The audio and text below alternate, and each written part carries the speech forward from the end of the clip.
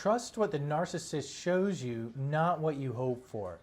In my experience, scapegoat survivors of narcissistic abuse often find it very difficult to take the narcissist's behavior towards them at face value. When the relationship to the narcissist feels more important than the scapegoat survivor's own well-being, as is actually the case when a child has a narcissistic parent, then there's no real option to trust what the narcissistic parent is showing that child. Who else would the child have to go to? Instead, the scapegoated child has to come up with elaborate mental games that sympathize with the narcissistic parent. Well, in the process of recovery from such abuse, whether in therapy or in nurturing friendships and relationships, the survivor grows to trust that there can be alternate sources of connection where there's a potential to feel good, protected, and respected with these other people. And in my experience, as these new experiences and relationships take root within the scapegoat survivor's sort of self and inner ecology, it becomes much more possible for them to take the narcissistic parents' or partner's behavior towards them at face value. Because now the survivor gets to prioritize how they felt in relation to the narcissistic partner or parent, rather than think into the rationale for why the narcissist may have felt compelled to treat them this way. At this point, the scapegoat survivor is empowered to trust the behaviors that other people show them. They can then more reliably populate their lives with people who consistently show them behaviors that make them feel wanted and where things work. To paraphrase David Solani in his book Leaving Home, which I highly recommend. Well, in today's video, I'm going to discuss the challenge for scapegoat survivors of trusting what a narcissist shows them when the survivor is dependent on that narcissistic person in one way or another.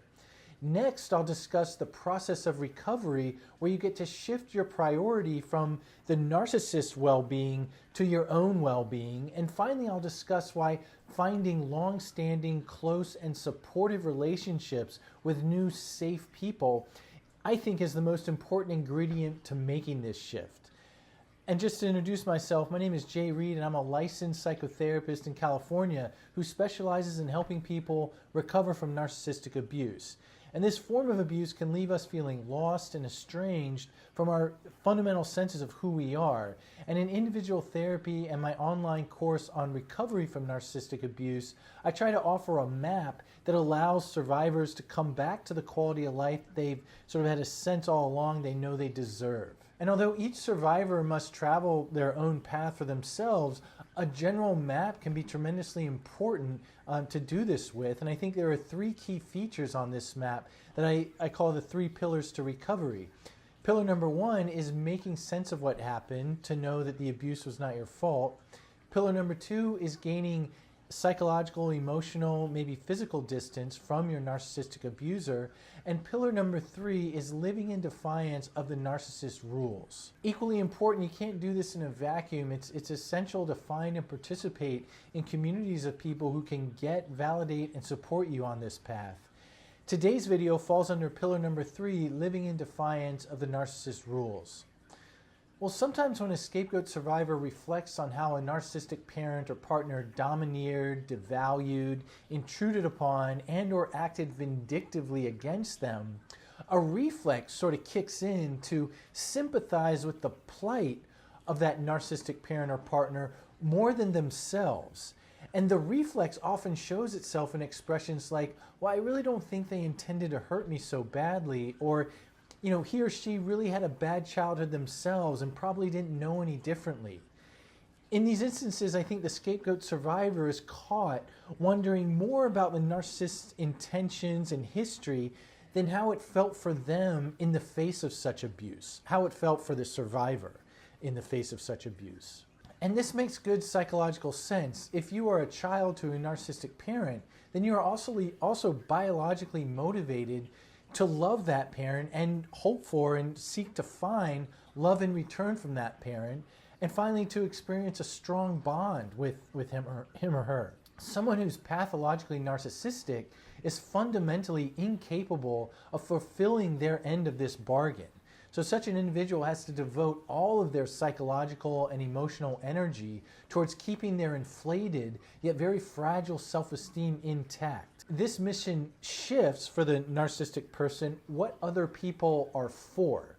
Instead of other people being potential opportunities to bond with, experience mutual care and love with, other people become solely sources of admiration, subjects to be controlled, or reflections of the narcissist's own sense of superiority. Suffice it to say that in this very deep way, a relationship with a narcissist is all about that person, the narcissist. So the child born to a narcissistic parent learns that feeling connected to that parent means making the parent the center of the child's world instead of the child getting to inhabit the center of their own worlds and having the parent orbit them, which is kind of the way it should work, particularly in early childhood. In essence, the child has to sacrifice themselves for the sake of a relationship that they cannot survive without at the time. I believe that healing from narcissistic abuse takes place in the context of new safe relationships, and therapy is one form of such a safe relationship. So in my work as a therapist, I listen for vestiges of this initial sacrifice that the child of a narcissistic parent often has to make. And one of the main ways that the sacrifice of the self can live on, I think, is in the topic I'm discussing today. That is the focus on the narcissistic person's reasons or hardships that led to their abusive behavior towards the survivor. When I'm working with someone and this happens, I try to do whatever I can to empower the survivor to focus on how they felt in relation to the narcissist rather than the narcissistic person's supposed intentions or history. And often scapegoat survivors find it radical to consider that they can base their conclusions about another person, including the narcissistically abusive person, based on how the survivor felt in relation to that person. Most scapegoat survivors have had their own reality questioned, undermined, and invalidated so much that their own feelings don't feel like they're enough to base conclusions upon. Instead, they've had to do mental gymnastics to justify the narcissistic parent's point of view on them at the cost of getting to possess their own reality point of view, in essence getting to possess themselves, that is the survivor. And I think there's an even more profound shift that can happen as survivors move the narcissist out of the center of their own worlds and replace themselves in the middle of their own worlds, I think where they belong. Doing so makes the realm of relationships depend on what others show you rather than who they are in a sort of more abstracted sense. So a survivor of narcissistic abuse often has to think of other people as ideas, or in psychology we call it fantasies, because the actual people in their lives were too painful to know. And so I'll explain what I mean. So a survivor's narcissistic mother, let's say, becomes an abstracted idea of mom whom the survivor thinks of as smiling and good to people. Well, this same mother would change from smiling to people outside the family to berating and yelling at the same survivor for some supposed offense once they were behind closed doors. And the survivor would feel trapped, humiliated, and deathly afraid in these moments. But these feelings and the information contained therein for the survivor couldn't be known while living under the same roof as this narcissistic parent. Instead, this survivor at the time had to think of the mother in this more idea-based way, but not know who she was to the survivor at the time based on how she made the survivor feel. And I'm drawing a distinction between the thinking that the child of a narcissistic parent has to do to keep the faith that they have a parent who is good to the child versus knowing how someone else makes us feel and whether our sort of entire organism is drawn to or repelled by them. When a survivor gets to identify and challenge the mandate to put the other person at the center of their worlds, then they get to know how other people make them feel and make decisions based on this information. So the survivor gets to gradually think about the ways their narcissistic parent treated them as wrong just because it felt wrong.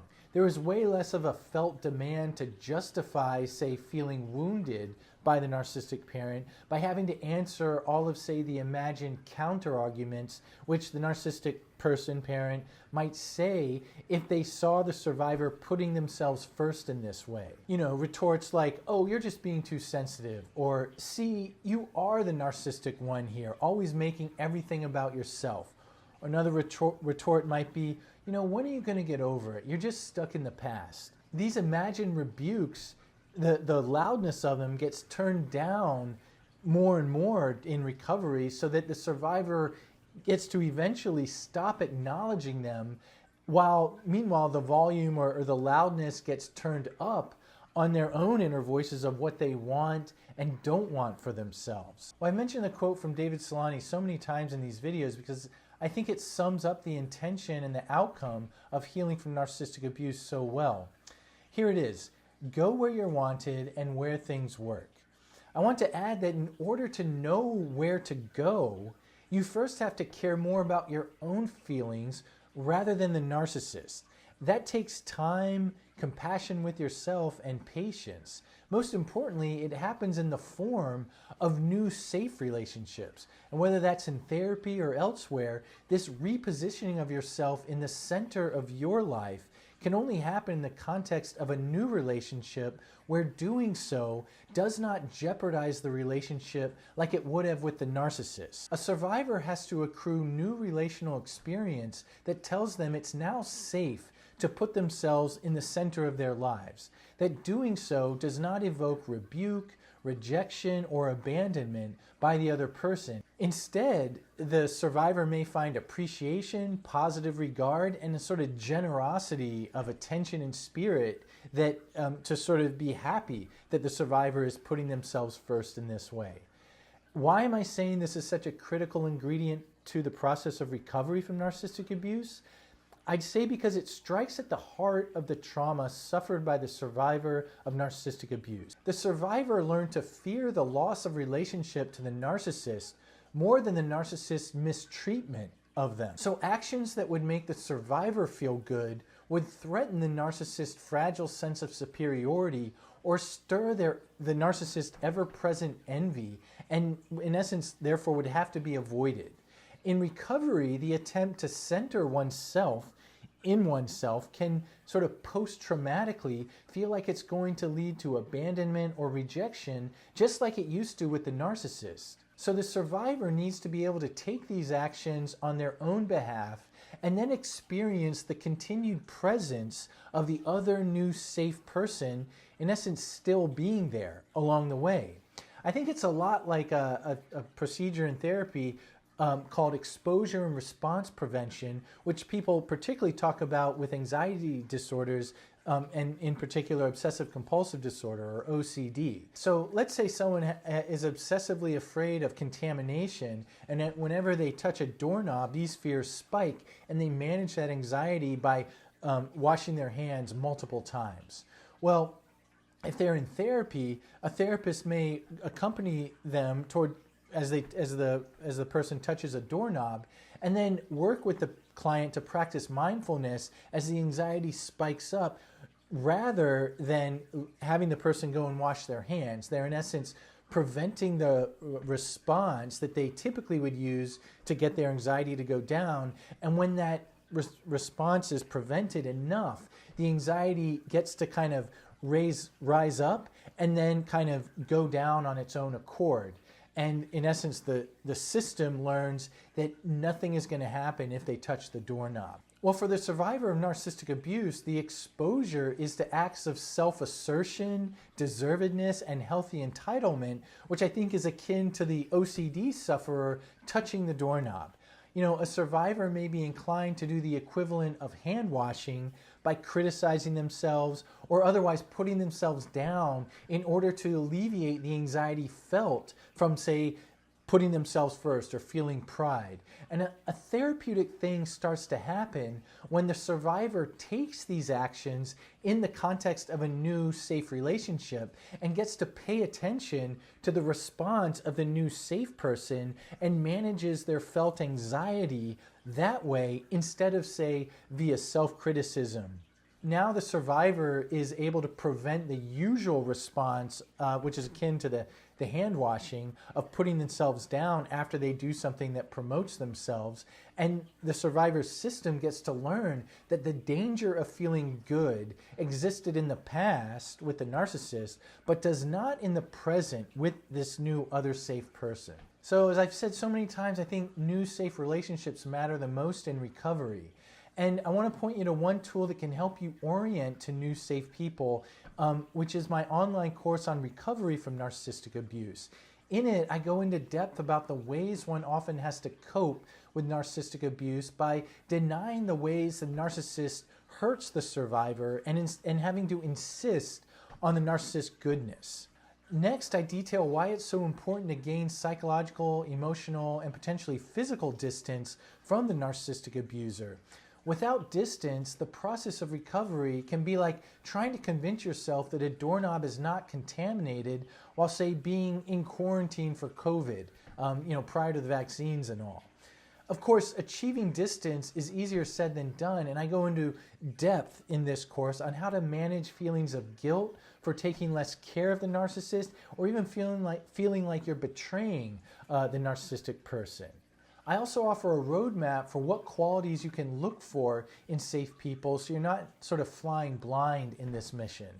And lastly, so you don't have to do this in a vacuum, there's a private Facebook group accompanying this course where you can support and be supported by fellow survivors. A sort of testing ground for these new safe relationships that might make it all the more easier to do in real life, or IRL, as they say. So I put the link in the pinned comment below, and I encourage you to check it out if it sounds useful to you and of interest. Well, thank you for tuning in and for your continued support. I hope that you found today's discussion of how you have a right to consider your feelings first and foremost, regardless of the objections or imagined objections of the narcissistic abuser, to be helpful.